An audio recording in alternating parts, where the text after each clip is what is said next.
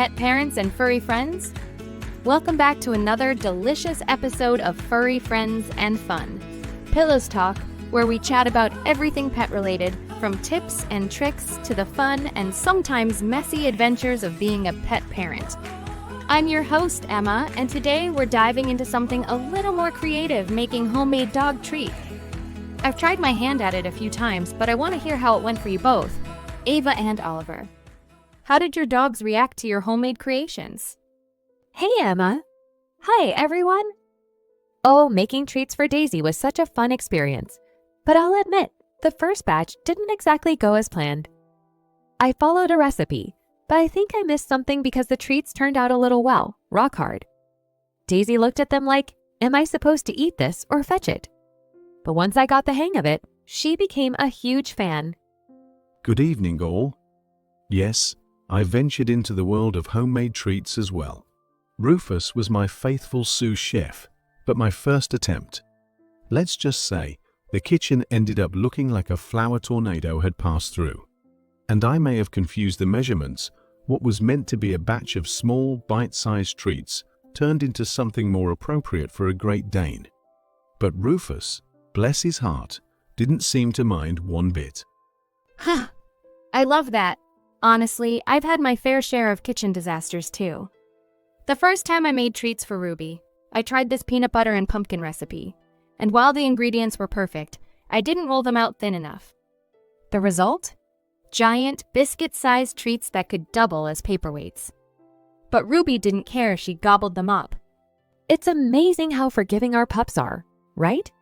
Even if the treats don't turn out perfect, they're just so excited to get something made by us. After that first batch, I learned to keep the treats smaller and softer for Daisy. Now, I make these little peanut butter oat bites that she absolutely loves. I even get to use fun cookie cutters in the shape of bones. It's become a bit of a weekend tradition for us. Daisy sounds like she's eating in style, Ava. For Rufus, I tried a sweet potato and apple recipe, and I must say, once I got the proportions right, it was a hit. And the best part was, I knew exactly what was going into the treats, no preservatives, just wholesome ingredients.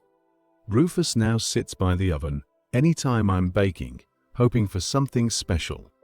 That's exactly why I love making treats at home. It's so nice knowing you can control every ingredient.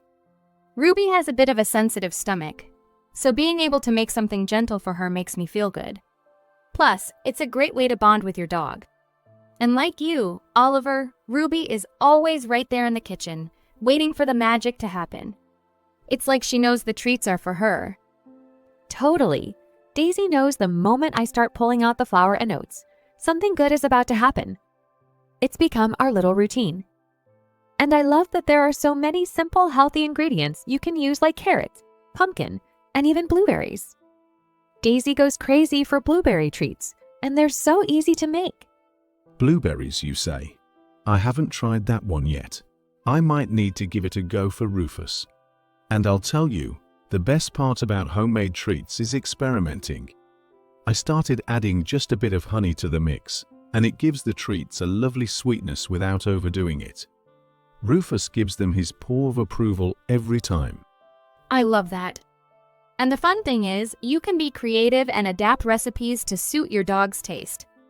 Ruby's favorite has been the classic pumpkin and peanut butter combo, but I've recently added a little cinnamon, and now she's obsessed. Plus, it makes the whole house smell amazing while they're baking. Exactly. And for anyone out there who's nervous about trying homemade treats, don't be. It doesn't have to be perfect. And the best part is how excited your dog will be no matter what. Even if your first batch doesn't turn out as planned, like mine, your dog will love the effort and the treats you make for them. Absolutely. It's all part of the adventure. And let's be honest, even if they don't look like gourmet biscuits from a bakery, your dog's going to love them anyway. Plus, the memories you create in the kitchen with your dog watching eagerly are priceless. Exactly.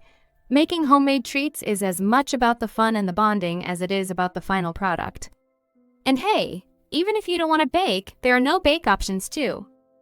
Just mix up a few ingredients, freeze them, and voila, you've got doggy popsicles. So, To our listeners, if you've ever tried making treats at home, we'd love to hear your stories. What worked, what didn't, and what your pups loved most. Yes, and feel free to share your favorite recipes too. We're always looking for new ideas to try out with our dogs. Absolutely. So to all the bakers and dog lovers out there, don't be shy. Let's hear about your treat-making adventures. Whether it was a triumph or a tasty disaster, we're all ears. Well, that's it for today's episode of Furry Friends and Fun, Pillows Talk. Thanks, Ava and Oliver, for sharing your treat-making stories and tips. And to our listeners, remember, it's not about perfection. It's about creating something special for your pup. Whether you're making homemade treats or trying out a new recipe, the love and effort you put into it will be what your dog remembers most. Don't forget to check out our blog at A Glamorous Paw Life for more tips, recipes, and everything you need to give your pet the glamorous life they deserve. Until next time, because every pet deserves a glamorous life. See you soon, friends!